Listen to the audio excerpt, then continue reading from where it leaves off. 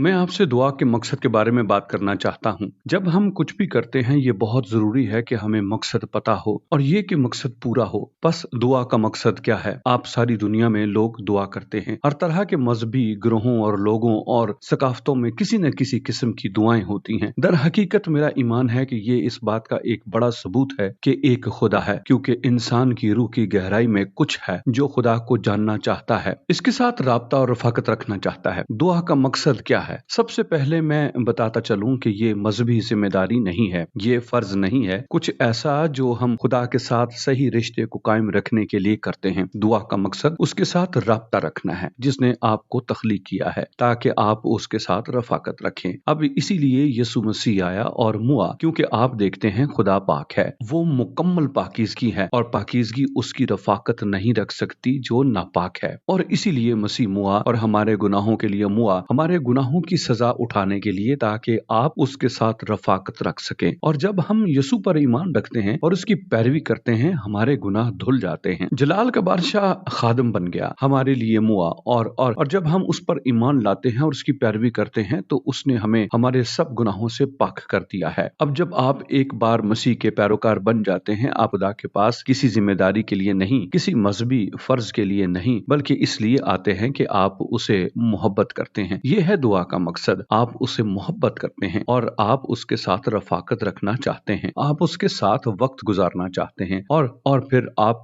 क्या करते हैं कि आप उसकी हजूरी में सिर्फ उसे ये बताने के लिए आते हैं कि आप उससे प्यार करते हैं। जब यीशु मसीह ने अपने शागिर्दों को दुआ करना सिखाया, उसने पहले उनका ध्यान खुदा पर लगवाया। बस हम उसके साथ जिसने हमें तख्लीक किया उसे जानने के लिए और उसके फजल में तरक्की करने के लिए रफाकत रखते हैं। लिहाजा दुआ का पहला मकसद उसके साथ रफाकत रखना है। ये दो दिलों का मिलाप है, खुदा का दिल और इंसान का दिल, और यूं हम उसे जानते हैं, हम उससे मोहब्बत रखते हैं, हम उसकी इबादत करते हैं, हम उसके साथ वक्त गुजारते हैं। और फिर सिर्फ यही नहीं होता, ये हमारी जरूरतों के साथ आता है। वो हमारा बाप है और हम उसके बच्चे हैं, इसलिए हम उसके पास आते हैं, उसे अपनी जरूरतें बताते हैं और वो हमारी तमाम जरूरतों को पूरा करता है।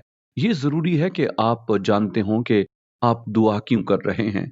हम दुआ कर रहे हैं ताकि हम उसके साथ रफाकत रख सकें, उसे जान सकें, उसके साथ शरीक हो सकें, उससे मोहब्बत कर सकें, और फिर हम अपनी ज़रूरतों के साथ उसके पास आते हैं। हमारा बाप हमारे साथ वक्त गुजारना चाहता है क्योंकि वो हमसे प्यार करता है, इसलिए उसने यीशु को भेजा कि वो हमारी खातिर जान दे दे। लिहाजा आज आप उस मकसद को पूरा करें जिसको पूरा करने के लिए खुदा ने आपको तख्लीक किया है, उसके साथ तन्हाई में वक्त गुजारें।